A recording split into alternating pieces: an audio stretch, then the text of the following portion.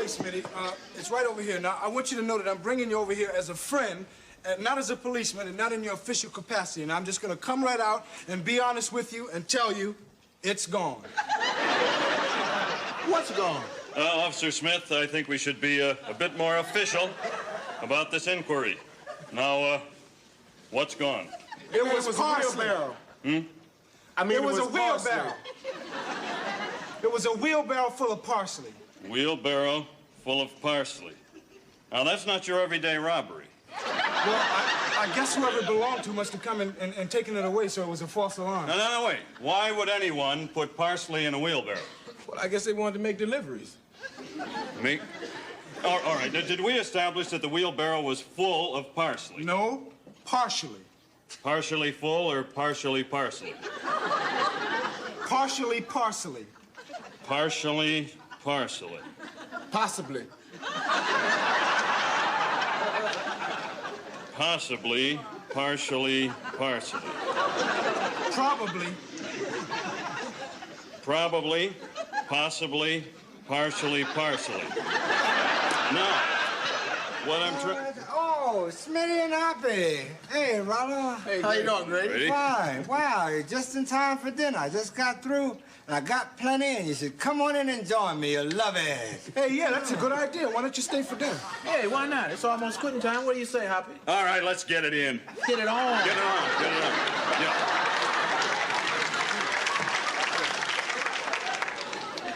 Hey, you know what, Rollo? I bet you that stuff didn't grow wild, man. I bet you somebody planted it and unplanted it when we was gone. Yeah, and I sure like to be his bosom buddy right about now. Yeah, well, I'd just like to get my hands on the dude that did it. Yeah, me too. I had such high hopes. Okay, Fred, I think I'll run down to the store and get some refreshments for us all. But let me check my cash first. Yeah, check your cash. Okay. Hey, look at your cash. Hey, why don't you sit down here and check it right here, brother? Pillsbury don't make rolls that big. Yeah. Hey, wait a second. We just happen to have an extra... Excuse me, Mr. Sanford. We got an extra chair right here. Mr. Sanford, please. Hey, look at that. This is the beginning of a beautiful friendship, I can tell. Excuse me, Mr. Sanford, please. Come on. Hey, you mean you fellas are inviting me to play? Listen, now, don't do that. I'm telling you now, no. When I lose 100, I'll quit. If you lose 100, he can quit. Hey, look here, brother, man. In honor of you sitting down to play with us, we're gonna let you deal the first hand. And we playing 7-card stud poker. 7 cards. Oh, that's all right. It's a little nervous. I tell you, I'm glad I didn't eat before I came over here because it looks like we're going to have fish for dinner. That's why you deal everybody 5 cards, right? No. That's where you deal everybody 7 cards. But that's a mistake a poker player would make. Oh. 1, 2, 3, 4, 5, 6, 7. Oh, no. No, you see, it has to be 1 all the way around first, 1 at a time. Oh.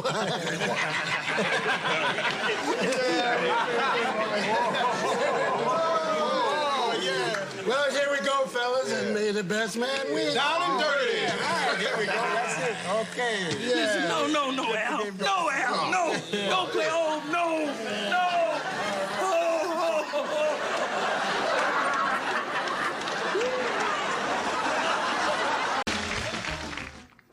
Just help Aunt Frances move into a new apartment. That's good, son. Yeah. Hey, listen to this ad I'm putting in the paper for the basement apartment.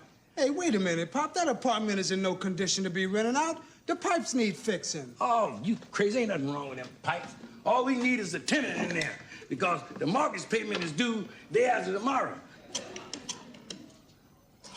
Hello? Harold Examiner? Let me speak to Harold. Hello, Harold. You remember me, don't you? That's right, Fred G. Sanford. Well, look, Harold, I got an ad I want to put in the paper. And get it right this time, yeah? Now, here it is. For rent. Luxurious 2-room suite. Private entrance, wall-to-wall floors, drapes, carpeting, and refrigerator. Mr. Sanford, for heaven's sakes, come quickly. The pipes have burst. The basement's flooded. And a swimming pool. A sunken tub. And fresh fish every day.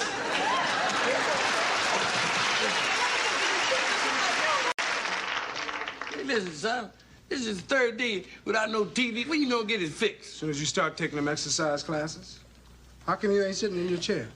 Because that's my television watching chair. And I ain't gonna sit in it till I'm watching television. All right, do it suit yourself. Wait a minute. I said that is my television watching chair. You sit down somewhere else. I'm sitting here. Hey, man, why don't you stop acting like a 2-year-old? You're just doing this to try and get out of taking those exercises. No, I ain't, son. It's because I miss my loved one. What are you talking about, Pop? I love Lucy, and I love Miss Kitty, and Josephine the plumber, and that girl with the full figure who don't believe she's wearing a girdle. And that weird guy who's always in the supermarket squeezing toilet paper.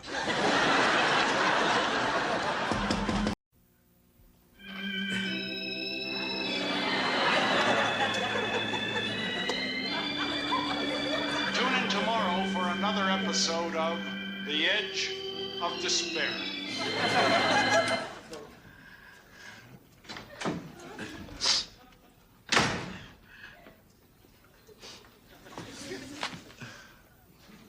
What's the matter with you, Pop? You got a cold? No, son, I was just watching my favorite soap opera, The Edge of Despair.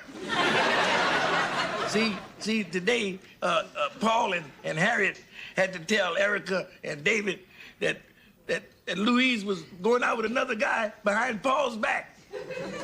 And Paul, he's only got 6 months to live. But he don't care because his company is transferring him to Philadelphia.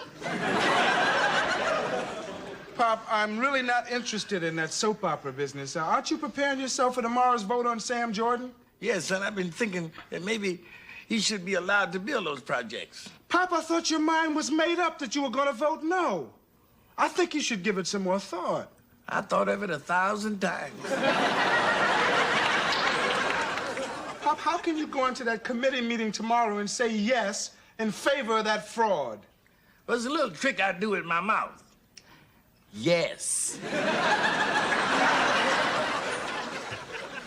I don't know about you, man. I just closed that kitchen supply deal, and I came over here to get some money out of the secret drawer. I'll get it for you.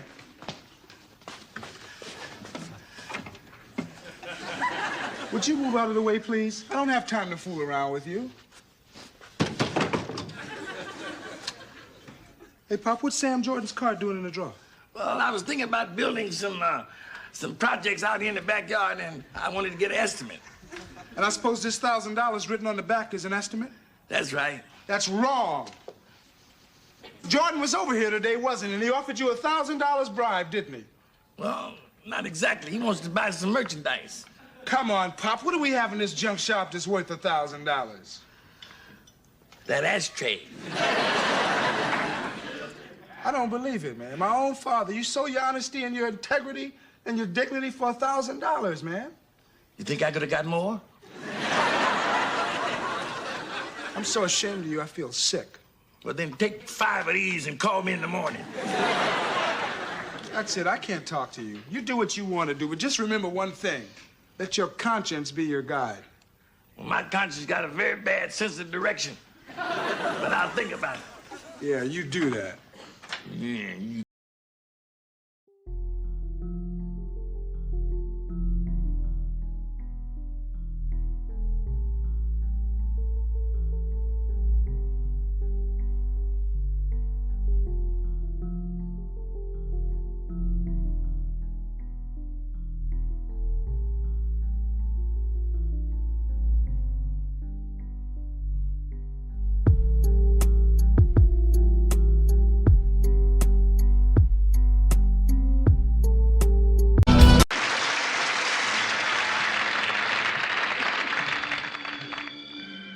Oh. Power to the foxes! Power to the foxes! Power to the foxes! Power to the foxes! Power to the foxes! Power to the Uh-huh. You hear that? They're out there picketing us, Pop. We're gonna lose our business. Power to the foxes! Power to the I told you it was gonna happen. Power to the foxes!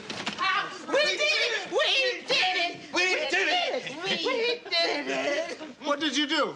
We forced Honest Al to change his policy. How? Well, when we got to our offices this morning, we found one of Honest Al's stereos. How'd it get there? As if you didn't know. Wait a minute, I don't understand. When your father called me last night to call off the picketing, I couldn't understand why. Then when we found that stereo, I knew. That's the stereo that... Hey, Pop, you just went along with this whole thing so you could give the stereo to the gray foxes. Yeah, I figured as long as Al was giving it away, I mean, we might as well give it to the people who deserve it. I fill out the address on the delivery form. But how did you get Al to change?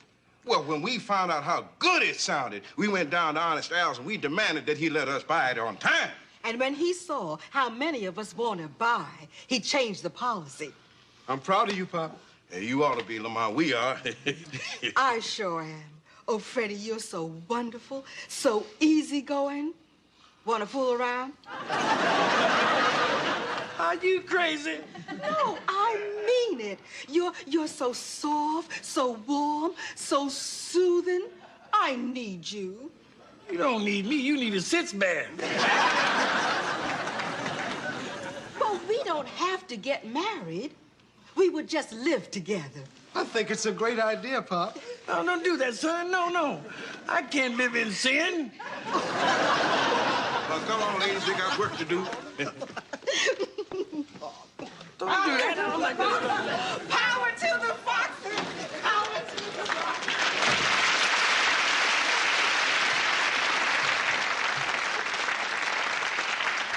You know, Pop, I'm ashamed of myself for thinking the worst of you. That's all right, Lamont. I couldn't tell you what was on my mind because I wanted it to be a surprise. I'd never sell out the foxes. Well, you know, I guess we both learned a lesson. If you're willing to fight for something you believe in, you can make things happen. You're right, son. We really showed them.